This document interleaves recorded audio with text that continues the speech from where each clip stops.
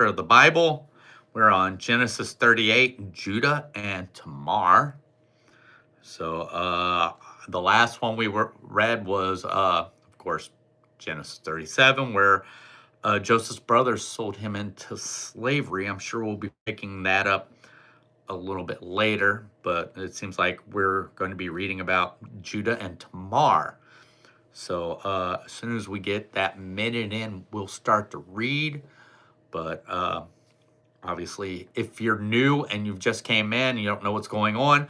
I've been reading one chapter of the Bible each night, making a commitment, live streaming it to keep myself honest. I've only missed 2 nights. And the 2 nights I missed was one we had company that was just here really late, and the next one was I was just really tired and wanted to go to bed. But I've been pretty good on other than that. But let's go ahead. Let's start reading Genesis 38, Judah and Tamar. At the time, Judah left his brothers and went down to stay with a man of Adullam named Hira. There, Judah met the daughter of a Canaanite man named Shua.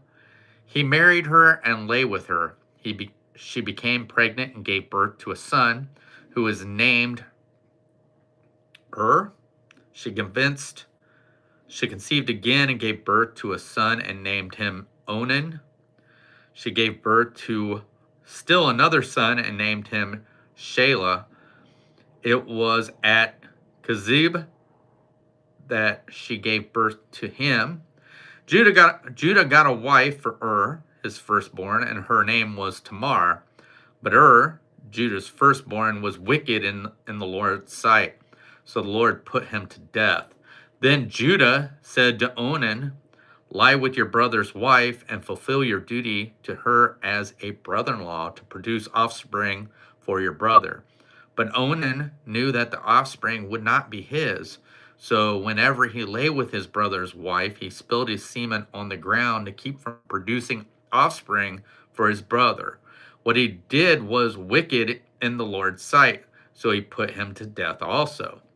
Judah then said to his daughter-in-law Tamar, "Live as a widow in your father's house until my son Shelah grows up." For he thought, he may die too, just like his brothers. So Tamar went to live in her father's house. After a long time, Judah's wife, the daughter of Shua, died. When Judah had recovered from his grief, he went up to Timnah to the men who were shearing his sheep, and his friend Hira, the Adullamite, went with him. When Tamar was told, "Your father-in-law is on his way to Timnah to shear his sheep," she took off her widow's clothes, covered herself with a veil to disguise herself, and then sat down at the entrance to Enaim, which is on the road to Timnah. For she saw that though Shelah had now grown up, she had not been given to him as his wife. When Judah saw her, he thought she was a prostitute, for she had covered her face, not really realizing that she was his daughter-in-law. He went over to her by the roadside and said, "Come now, let me sleep with you." "And what will you give me to sleep with you?" she asked. "I'll send you a young goat from my flock," he said. "Will you give me something as a pledge until you send it? She asked. He said, "What pledge should I give you?" "Your seal and its cord and the staff in your hand," she answered. So he gave them to her and slept with her, and she became pregnant by him. After she left, she took off her veil and put on her widow's clothes again. Meanwhile, Judah sent the young goat by his friend, the Adullamite, in order to get his pledge back from the woman. But he did not find her. He asked the men who lived there, "Where is the shrine prostitute who was beside the road at Enaim?" "There hasn't been any shrine prostitute here," they said.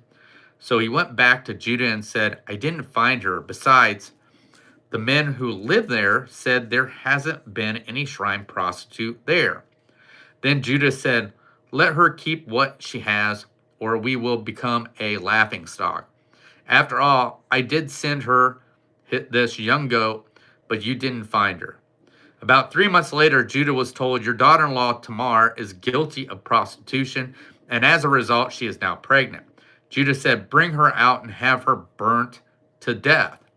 As she was being brought out, she sent a message to her father in law. "I am pregnant by the man who owns these," she said, and she added, "See if you recognize those seals and cord and staff these are." Judah recognized them and said, "She is more righteous than I am, since I wouldn't give her to my son Shelah, and he did not sleep with her again." When the time came for her to give birth, there were twins in her womb. As she was giving birth, one of them put out his hand. So the midwife took a scarlet thread and tied it on his wrist and said, "This one came out first." But when he drew back his hand, his brother came out, and she said, "So this is how you have broken out." And he was named Perez. Then his brother, who had the scarlet thread on his wrist, came out, and he was given the name Zerah. So that is it. That was Genesis 38. Thank you guys for joining me. I don't know how this fits in with what we've been reading. I hope we'll see some kind of connection here pretty soon. I think we'll finally get into Joseph, back to Joseph, it looks like, in Genesis 39. So if you guys want to come back and join me again tomorrow for Genesis 39, I'd be happy. I usually do these around 9 o'clock, but I don't really schedule them. But other than that, thank you guys for joining me, and I hope to see you tomorrow night. We'll see you later. Bye.